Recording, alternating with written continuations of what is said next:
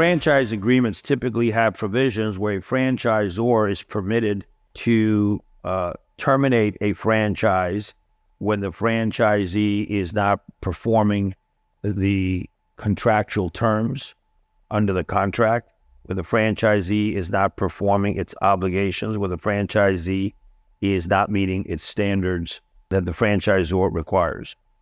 There rarely is any provision in a franchise agreement where a franchisee can terminate a franchise relationship prior to the end of the term. That provision is not set forth in most franchise agreements.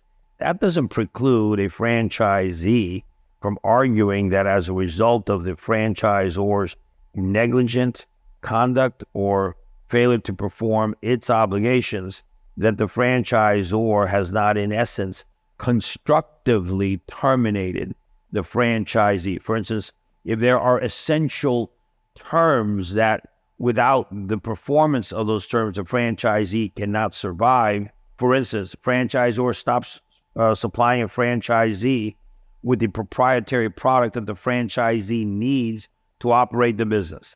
And the franchisor is doing it on its own to retaliate against the franchisee for whatever reason, which is unjustified.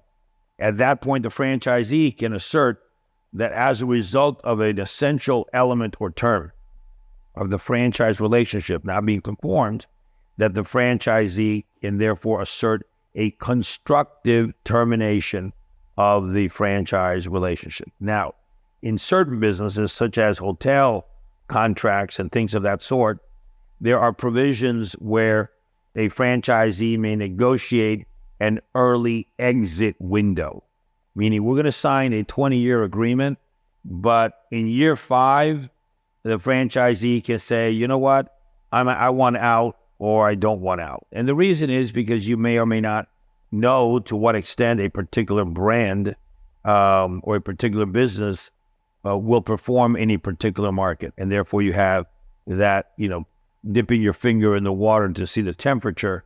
But that is not common at all because franchisors do not want their brand to go up on a property, on a building, announcing and marketing their business, and then all of a sudden the brand goes down and something else goes in there. That's not good for brand value and brand goodwill.